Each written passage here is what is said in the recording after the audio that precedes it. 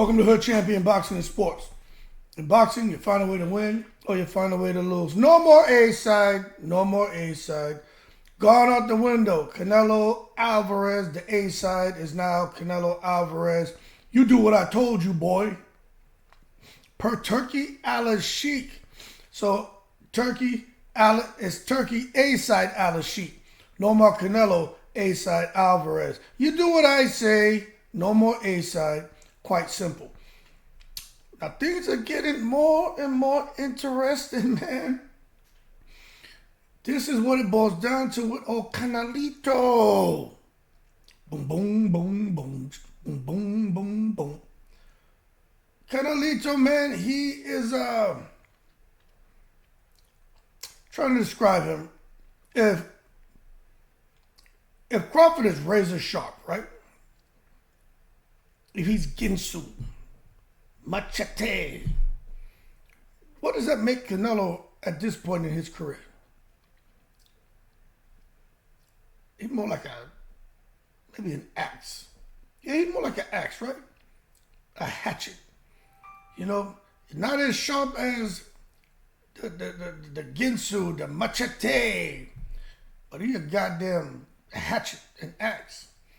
And he may not come and slice through. It just takes one of them shots to hit you and bust you open. You know what I mean? And it's not going to be a clean cut. It's going to be disastrous. But you may say, yo, Hood Champion, what you talking about, man? No more A-side. Hold your horses, man. Get to the point. Okay, subscriber, it's coming. Yo, man, Eddie Hearn and Turki Alalshikh, Matchroom Promotions, what they're trying to do right now. Of course, we know the talks about Benavidez. It seems like that shit is kind of sailed quite a distance away from Canelo Alvarez. But the real deal is this.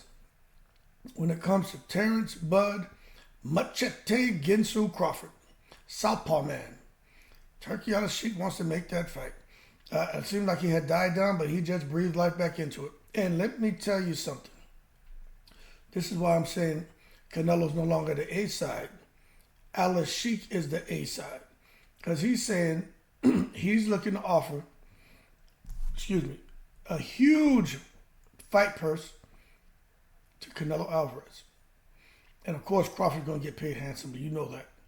I'm rooting for Crawford too, man. I really am. I don't really give a shit about these dudes. I don't have favorite fighters, but I just don't like people trying to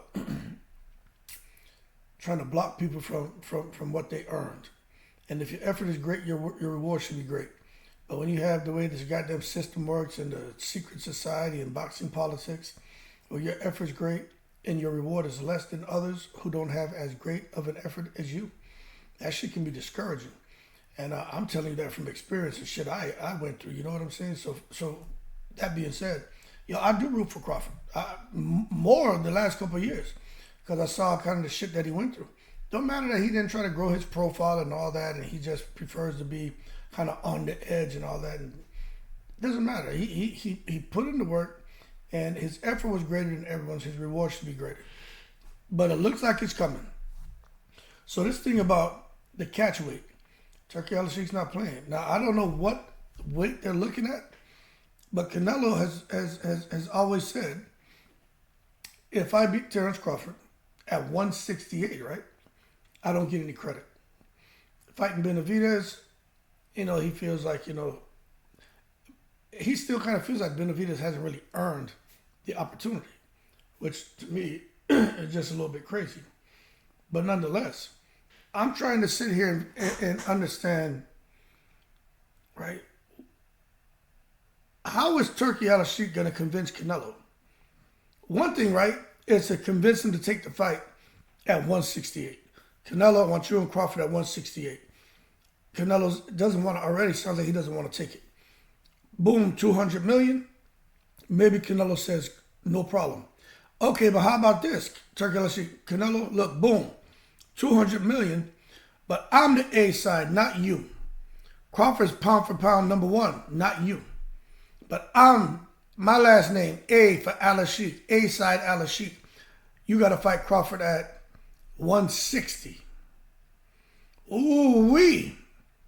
Now shit gets interesting, doesn't it? Let me make this a little bit larger here, man. Let me see something. Put my big head here. Y'all don't need the Hood Championship up there. Y'all already know what time it is. But when it comes to, let me slide this over here. Boom. Let me fix this right here. If I can. But that's good. Y'all can read it. So that's my thing. So what happens now? At 160. I tell you what. Not those who don't believe Crawford can beat Canelo, they make that catch weight at 160. I tell you what, shit gets interesting. Because now Crawford at 160, I don't think he's too heavy. I don't think he's going to be sluggish. I think Crawford's going to be very comfortable at 160. Should still have his speed, probably have a little more pop on his shots. He already doesn't really get hit much. And he has a great spatial awareness, his timing, and again, he's razor sharp, pinpoint accuracy. J.C. Serial, man, about to goddamn die over here. But then you look at Canelo. Yeah, Canelo showed us that, when it comes to him and his timing and accuracy, that Canelo's no joke, Let me get a goddamn prime. I'm about to choke in this one.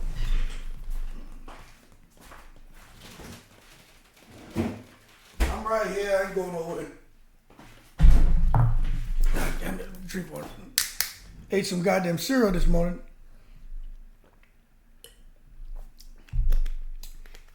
Came out here to do a video. And about to goddamn die. But I don't edit shit out. Because I'm human. Y'all get to see a little bit of the personality. But anyway now, Canelo, drawn down to 160 pounds. Let me tell you this. It won't be easy for Canelo to come down to 160. Canelo at 168.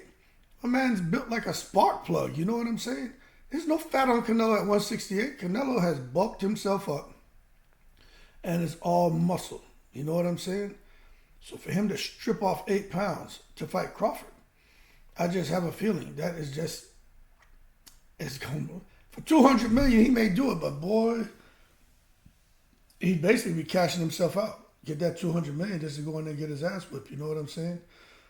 But Turki Alalshikh is out here, man, the fire kind of died down, but he's reignited the flame. And the talks about Canelo Alvarez facing Terence Crawford, man. And the thing is, at a catchweight, I don't think any titles will be on the line. And that's what makes this even more interesting, is they can just fight to entertain Turki Alalshikh. Because this shit is about Turki Alalshikh. This isn't about the fight fans. Don't get me wrong, Turki Alalshikh, he wants to make the fight fans happy. But this has everything that he's doing has a whole lot to do with him and what he wants. And hey, you can't blame him. You know what I'm saying? The man's got the money to do what he wants. I think he's on borrowed time with his health. So it is what it is. But that's a little bit of a incentive for Canelo. Say, hey, if you lose, you're still undisputed.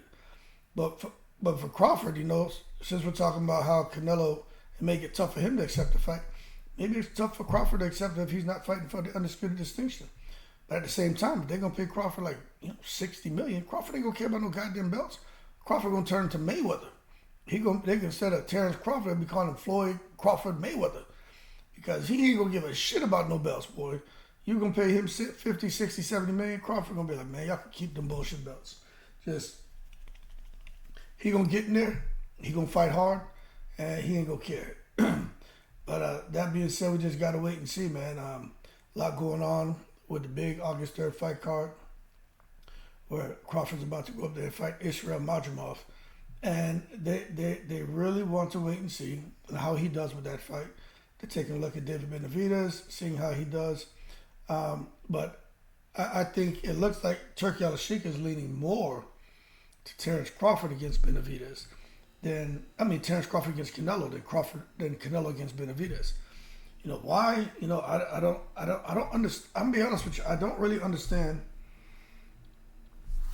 why Turki Alalshikh seems to be so opposed to Canelo Benavidez. I really think the WBC is, of course the secret society's in full effect, right?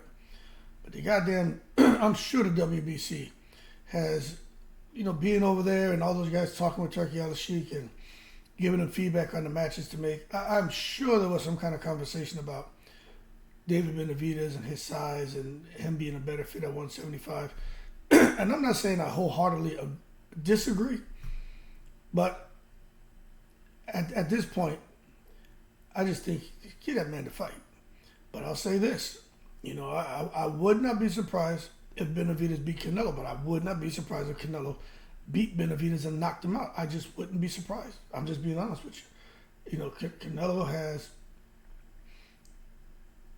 a man smart in the ring. To see what he did to Jaime Munguia, I'm telling you, it wasn't looking it wasn't looking good for Canelo early in that fight, but he was able to, you know what I'm saying, adapt. And adaptability is a critical and necessary attribute that not every fighter has, and Canelo has it. That being said, Canelo's not eliminating the possibility of fighting Benavidez, but he doesn't seem to be in a rush to get in the ring with him. He seemed to kind of be more towards eliminating the possibility of fighting Crawford. But Turki Alalshikh has reignited those conversations, saying, nope, you want big money? I'll give you big money. But I'm the A side here. But you're going to fight Crawford at a catchweight. So somebody's back there pushing Crawford. Someone's rooting for Crawford. Someone's advocating for Crawford. And I think Crawford more than deserves an opportunity to make him a little quick $300 million before he retires. Let the man throw another $300 million on top of what he has. Everybody else getting dough. Give the pound for pound number one guy the dough. Goddamn, Naoya Inoue is out there getting paid in Japan. So take care of Crawford, you know what I'm saying? You know he's going to fight and entertain. That being said, y'all keep cool. Shout out to the veterans, all 7 continents, in the breeze.